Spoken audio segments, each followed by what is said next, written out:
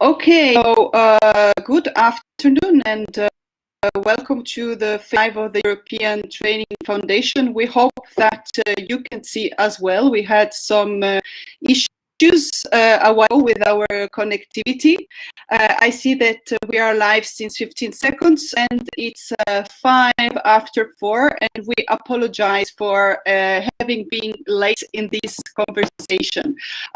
Today's discussion is extremely relevant because this is the month in which the European Training Foundation is communicating about skills for the green transition and to launch the conversation with all of you who are following this discussion. I'd like to welcome my distinguished guest, Anastasia, my colleague from the European Training Foundation and very much an expert. Welcome, Anastasia.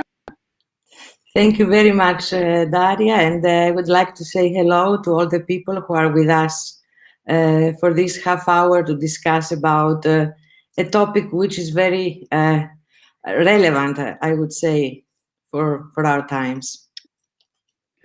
Absolutely, and indeed, I can see, and you have seen also in the promo material for this conversation, we will be talking about green skills, which we put under the spotlight. You are both from Facebook, from LinkedIn, from YouTube, and please let us know where you are from and say hi and send questions to Anastasia. She's here to answer all your doubts for the next 30 minutes.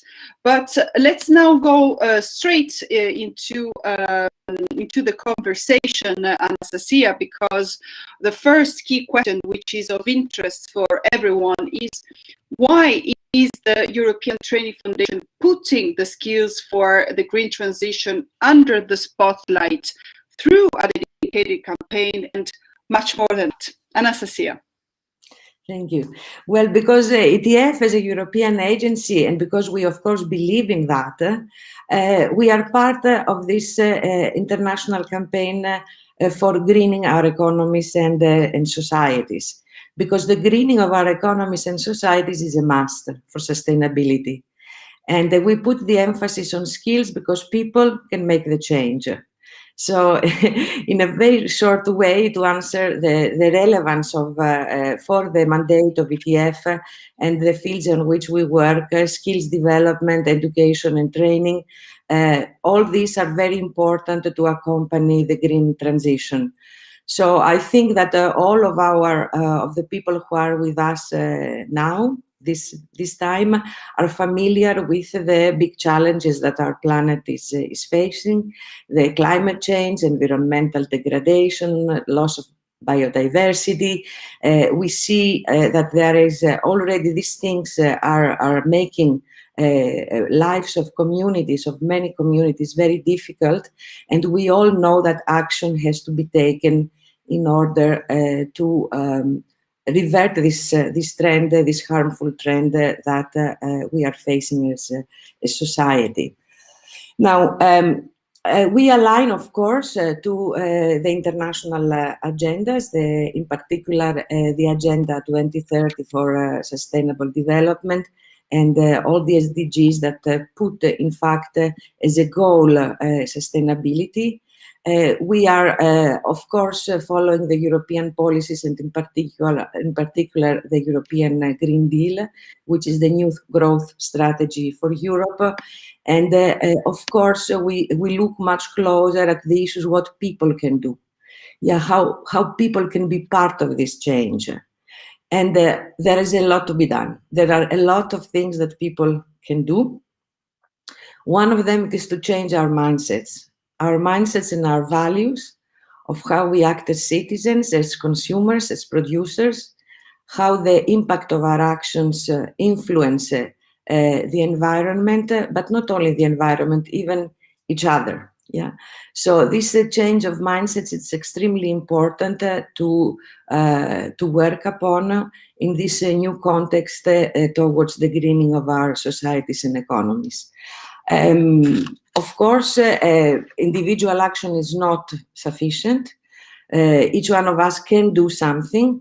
But of course, we need policies, we need the legislation, we need funding, and in general, we need action top-down, let's say, to be able to adapt and be facilitated in our efforts towards greening of our economies and societies.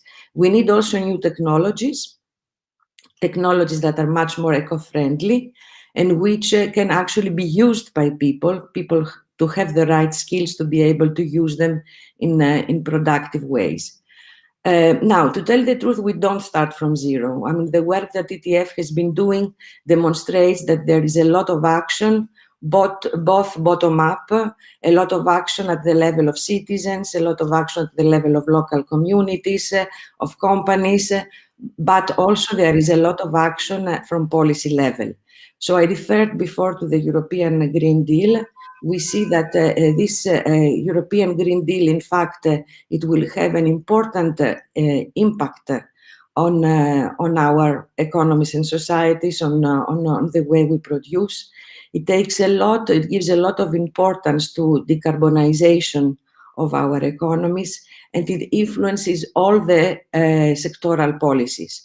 So what we see, it is that, for example, the energy sector is living a revolution. There is all this regulatory effort and financial also to be able to change from fossil fuels to renewable energies. And just to give a point, that the European Investment Bank has already stopped its investments in fossil fuels. So you see, it is already a sign that things are happening. Then we have also, of course, agriculture that is becoming greener within Europe, but also across the globe, very much building on new digital technologies like precision agriculture, integrated systems, to be able to use better the resources of the planet. And then we see a lot of action happening in the field of circular economy. And every sector has had some green components. So very often we talk about green construction, we talk about green tourism, green transport. So there is a whole movement at the economy and technology, of course, in the sphere of technology, that try to green production processes, make them more eco-friendly, and also investment on new business models. And on that, I would like to highlight also the activity that we see from the private sector. A lot of companies, multinationals, but also national companies, that they try to show their green face. And this is not only because of issues of corporate responsibility. It is indeed a real business case for them. Yeah. So they see the business opportunity and even survival sometimes if they don't move into these more greener technologies and production processes. But having said that, what does it mean for skills? Yeah, it means a lot, because this introduction of greener technologies certainly changes job profiles, certainly creates new occupations. We don't know yet if the overall impact on the employment will be positive at the end of the day. This is something to be seen. But we do know that there will be new jobs being created and new workplaces requiring for new skill sets of people that can be either transversal skills in the way they interact with each other, or more technical skills exactly for using new technologies and innovate. So this is what we try to do in ETF. We try to understand how the introduction of digital, but not only digital, more generally green technologies can actually, what is the impact they have on skills, what new skills need to be built. And of course, we give a particular emphasis on ensuring that this green transition is a fair transition. It is a transition that benefits everybody. Now, we do know that a lot of people and communities, in particular those who are very much based on heavy industry, carbon-intensive industry or on fuel extraction will suffer. We know that. But at the same, and a lot of people will lose also jobs. Yeah. So we have to take this into account and ensure that these people actually develop skills that can be mobilized into new productive activities. So this fair aspect of the green transition is very important for the EU policies, and I think for all the countries if they want really to succeed globally. Thank you very much, Anastasia, for this comprehensive overview and introduction, which is putting indeed the skills under the spotlight with this very relevant angle on inclusion and a fair transition for all. I see that there are already some questions in the chat. I don't know if we want to take them already now, because there is Margarita Yaneva asking how do you define the green skills, and Sama Amuda asking how can we deploy these skills in technical vocational education and training. Shall we maybe keep both questions at once, Anastasia? Yes. Put the spotlight on skills, indeed. Indeed. Now, what I want to say that this green skills is a conventional term. There has been a lot of work done by ILO, by CDFOP, but by European agencies more generally to identify these green skills. And frankly speaking, this term is a little bit dubious. There are skills which support the greening of the different sectors, the use of greener technologies. But what exactly they are, it is a very big discussion, in particular if we talk about technical skills. So this has to be defined on the basis of sectors, and they have to be defined also in terms of the technologies that will be used. Now, I would like to inform our audience that the European Classification on Occupations and Skills, ESCO is called. This is a European classification that tries to make the link between the labor market and the education and training system by defining exactly skills, occupations together in the same frame. That is being now reviewed exactly to identify what are these green skills, yeah, and what are these green occupations. So it is work in progress, and we also know that there is a lot of action at sectoral level, for example, in the sector of construction, to see what are exactly these technical skills that will be necessary to use technologies that will green the construction sector. So it is work in progress at national and international levels, and as always, international cooperation can help all of us to define in more specific terms what it means. But I would like to take another angle to this question. This is the issue of transversal competencies for greening. So I was, in fact, before in a discussion on the development of a competence framework for sustainability education. And these are all competencies. It is work in progress, something that the European Commission has started, but work has been done already before by UNESCO and the Sustainable Development Education. These are transversal competencies that make us exactly think differently. It's not only to know about the environment, it is about how interact and at systemic level. So there is a whole discussion about that. Just I wanted to bring to the attention that it's not only about technical skills for the use of technologies, but also transversal skills, even attitudes, values that matter for this green transition. And I think that all these things can be incorporated by the TVET system, either for initial education, for initial training, or for training of adults. And this is exactly the big effort that needs to be done in order to modernize programs and inbuild the development of these new competencies and skills required. Thank you very much, Anastasia. I think we are picking some of the questions. Actually, the stream is pretty active, and we thank all of you who are participating in this conversation. There is a question from Christian who is asking, I've seen you have a green call going on. Did you receive many applications? Where from? Thank you. And indeed, the European Training Foundation has launched a call for good practice, green transition, education, training and skills. Anastasia, would you like to answer Christian's question? Yes, of course.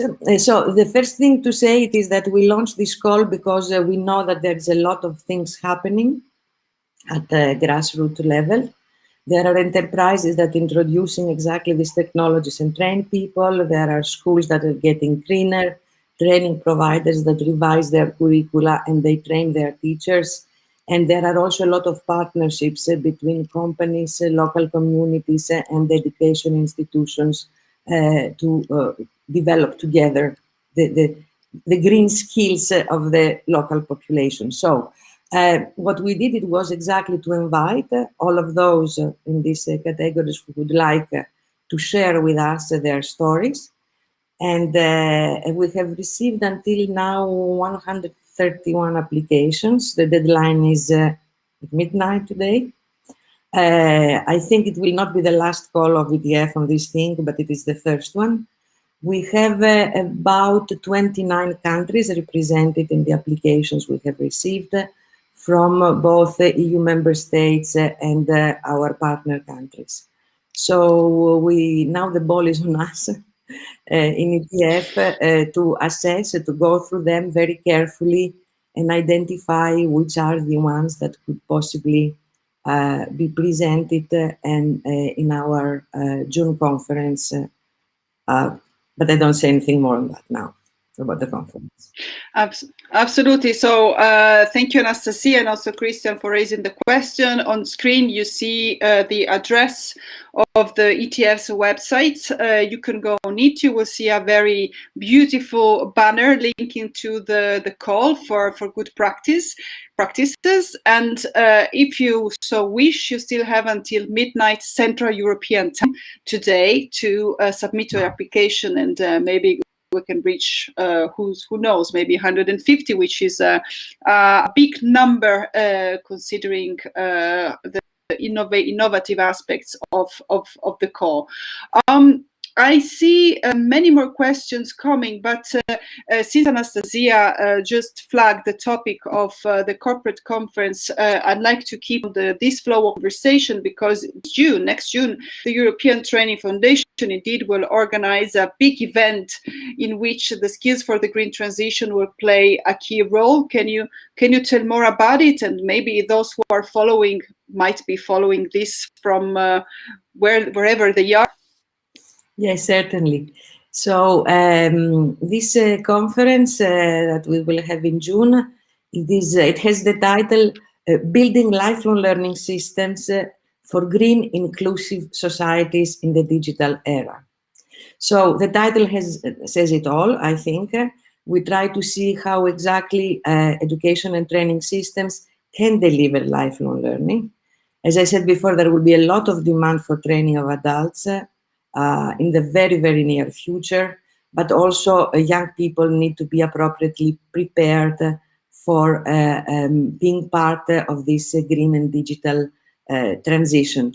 We organized this conference with UNESCO and in collaboration with EBRD and UNICEF. EBRD bringing in the aspect of private sector of companies, and UNICEF the voice of young people, of youth. Very important for our present and our future. So it will be on 21, 25 June, so it will take a whole week, and it will be a combination between thematic technical sessions. The first 3 days of the week we will do that, and then we will finalize the last 2 days of the week with a high-level event with where we would like to take stock of progress, to build on experience of countries, and also to see into the future, what comes next in terms of action, how we can make change happen, and what the role of international community can be in this process where we all have to work together. Thank you very much, Anastasia. Before going to the last phase of this conversation, because we have approximately 5 more minutes, and for the info of our followers, we will be talking also about the EU Green Deal. I'd like to take one question from our audience. What about older workers, for example, motor mechanics? How will they be able to adapt to electric automobile technology? So again, Anastasia, how can we make sure that this transition is really inclusive and taking into account also adults and people who might have been working for 20 years into a specific sector on which maybe investments are increasingly decreasing? Well, I mean, the issue is about older workers, as I understood. Yeah. Well, first of all, everybody absolutely retrained. We are all learners. I learn new things every day. I'm not always a good learner. Very often I fail and I have to repeat it and learn. But the question, I think, is about older workers. In fact, we need to invest on them too. Yeah. Investment has to take place to adapt their skills. There have been experiences in the past in Europe and also in our partner countries where deep restructuring of specific sectors took place and people were converted from miners to nurses. Yeah.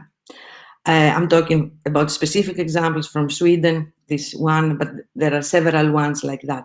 So one thing is to believe that people can change, can learn these things.